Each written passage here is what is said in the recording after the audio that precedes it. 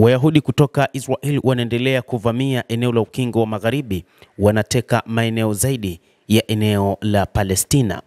Duru za habari zimeripoti kwamba wanajeshi pamoja na walowezi wa Israel wameendelea kushirikiana na kuvamia maeneo mbalimbali katika ukingo wa Magharibi wa mto Jordan, kuchoma moto nyumba za Wapalestina na kushambulia raia wasiokuwa na ulinzi.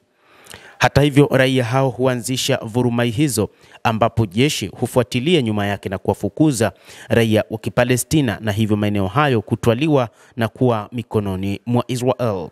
Kwa mujibu wa shirika la habari la Tasnim, vikosi vya Israel mnamo siku ya Ijumaa viliendelea kuvamia maeneo kadhaa ya ukingo wa Magharibi wa mto Jordan, lakini vijana wa Kipalestina walisimama kukabiliana na mipango hiyo.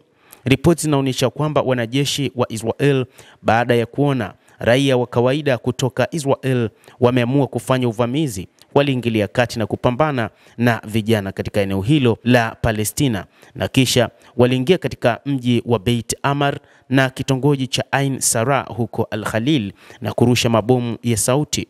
Duru za ndani za Wapalestina zimeripoti kutokea mapigano kati ya vijana wa Kipalestina na vijana wavamizi kutoka katika utawala wa Israel wakisaidiwa na wanajeshi.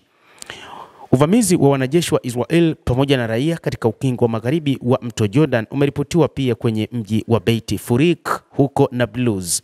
Uvamizi huo ambao umefanyika mara kadhaa kwa wanajeshi katili wa Israel wakichoma moto nyumba na maeneo ya kilimo ya Wapalestina bila kujali chochote.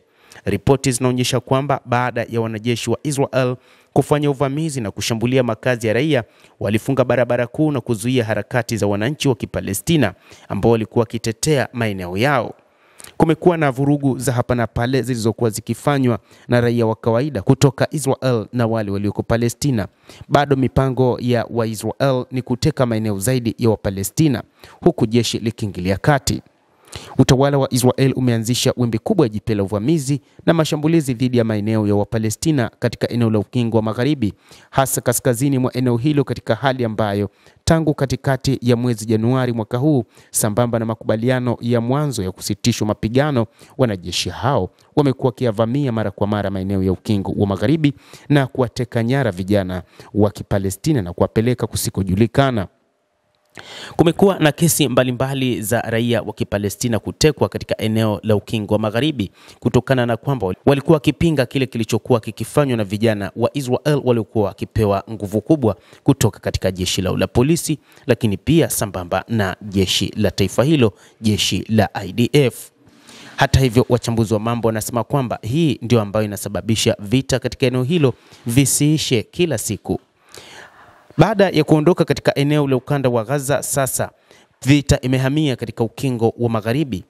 Israel iliandaa mipango ya ujenzi wa makazi katika baadhi ya maeneo huko katika ukingo wa Magharibi, lakini bado Waarabu wa Kipalestina wameendelea kupambana kutetea ardhi yao ambayo wanaamini ni katika eneo lao na hata ambalo wanaamini ni katika eneo lao.